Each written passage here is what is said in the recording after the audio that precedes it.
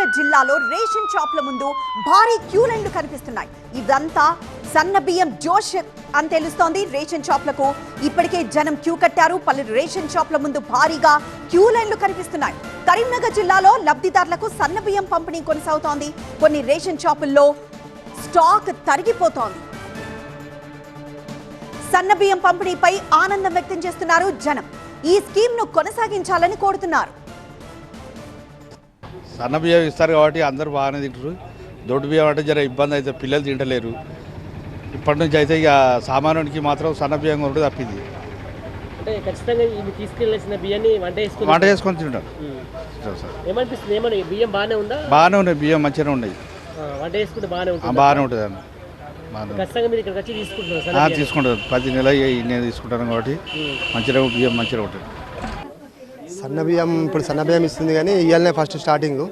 తీసుకుపోయి అవి వండుకొని తిన్న తర్వాత ఎట్లుంటుంది అనేది దాని గురించి తర్వాత చెప్పగలుగుతాం మేము. క్వాలిటీ అయితే ఇవ్వాల్సిందని అంటున్నారా? మంచి క్వాలిటీ ఇవ్వాలి. ఈ సన్న బియ్యం ఇచ్చేటి ఏదో దొడ్డు బియ్యాన్ని పాలిష్ చేసి ఇచ్చేదానికన్నా మంచి సన్న బియ్యం ఇస్తే మంచిగా ఉంటుంది. అంటే గతంలో దొడ్డు బియ్యం తీసుకోవాలని కొంత ఆసక్తి ఉండకపోయేది కదా, ఎందుకంటే అది మనం వంట చేసుకుంటే తినలేకపోతాం. అంటే దొడ్డు బియ్యం ఇంట్రెస్ట్ తీసుకోపోయేది కదా గతంలో. ఇప్పుడు సన్న బియ్యం కాబట్టి దాదాపు అందరూ తీసుకునేందుకు ప్రయత్నం చేస్తారు. ఇక దొడ్డు బియ్యం అంటే అది దాదాపు ఎక్కడ పోయేది, కానీ ఈ సన్న బియ్యం అయితే ఈసారి చూడాలి.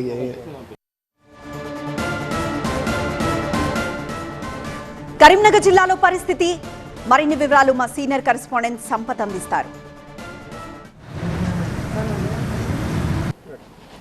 ఉమ్మడి కరీంనగర్ జిల్లాలో రేషన్ దుకాణాల్లో లబ్ధిదారుల రద్దీ అయితే కనబడుతుంది. జిల్లా వ్యాప్తంగా ఏ షాప్కు వెళ్ళినా కూడా ఇదే విధంగా పెద్ద సంఖ్యలో లబ్ధిదారులు అయితే క్యూ లైన్లో నిలబడుతున్నారు. ఎందుకంటే ప్రభుత్వం అన్ని రేషన్ షాపుల్లో కూడా సన్న బియ్యం పంపిణీ చేస్తుంది. సన్న బియ్యం తీసుకోవడానికి చాలామంది లబ్ధిదారులు ఆసక్తి చూపుతున్నారు. అంటే దాదాపులో కొన్ని రేషన్ షాపులో స్టాక్ అయితే తొందరగా అయిపోతుంది. ఎక్కడ చూసినా కొంత పెద్ద సంఖ్యలో కూడా క్యూ లైన్ అయితే నిలబడుతున్నారు.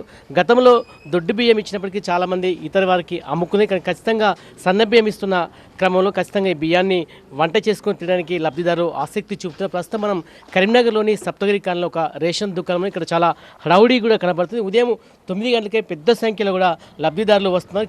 మంచి పబ్లిక్ వస్తుండ్రు. ప్లస్ ఒకటి డీలర్ ఏమైనా బ్యాడ్ ఒపీనియన్ కూడా పోతుంది. ఇప్పుడు ఎందుకంటే ఇది అమ్ముకుంటారు, ఇది రాకుండా అందరు తినే రకంగా ఉన్నాయి బియ్యం. మంచి క్వాలిటీ కూడా ఉన్నాయి బియ్యం, పర్వాలేదు. మళ్ళీ కాకపోతే కానీ తరువులు షార్టేజ్లు అనేది కొంచెం రాకుండా చూసుకోవాలి. బ్యాగ్లో షార్టేజ్లు వస్తాయి మాకు, దానివల్ల కొంచెం ఇబ్బంది అవుతుంది. అట్లా కాకుండా కొంచెం అధికారులు ఈ షార్టేజ్ కాకుండా చూసుకుంటే బెస్ట్. మనకు స్టాక్ సరిపోతుంది. మన పోర్టబిలిటీ ఫెసిలిటీ ఉంది కాబట్టి మనం స్టాక్ పెట్టుకోవచ్చు, వస్తుంది, సరిపోవడం ఏం లేదు, సరిపోతుంది స్టాక్. ఎంతమంది అన్నా రాని ఇవ్వడానికి సిద్ధంగా ఉన్నాం. ఏ ఇబ్బంది ఏం లేదు. ఇబ్బంది పడకుండా ఉన్నాం. ఏ టైం అయినా ఇచ్చేందుకు రెడీ ఉన్నాం. చాలా మంది నేను రాకముందే ఇదివరకు అయితే మీరే షాప్ ఓపెన్ చేస్తే 10-15 నిమిషాల తర్వాత జనాలు వచ్చేటోళ్ళు మాకన్నా ముందే వచ్చి లైన్లో ఉంటారు. పెద్ద ఎత్తున లైన్ ఉంటారు. పబ్లిక్ కూడా రెస్పాన్స్ మంచిగా ఉంది. అందులో క్వాలిటీ కూడా రైస్ పర్వాలేదు, మంచిగా ఉన్నది.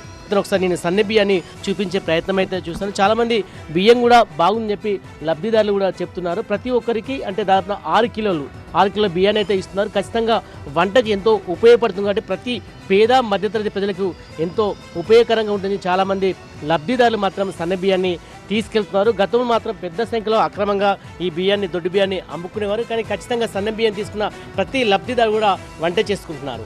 100% సలీంతో సంపత్, TV9 కరీంనగర్.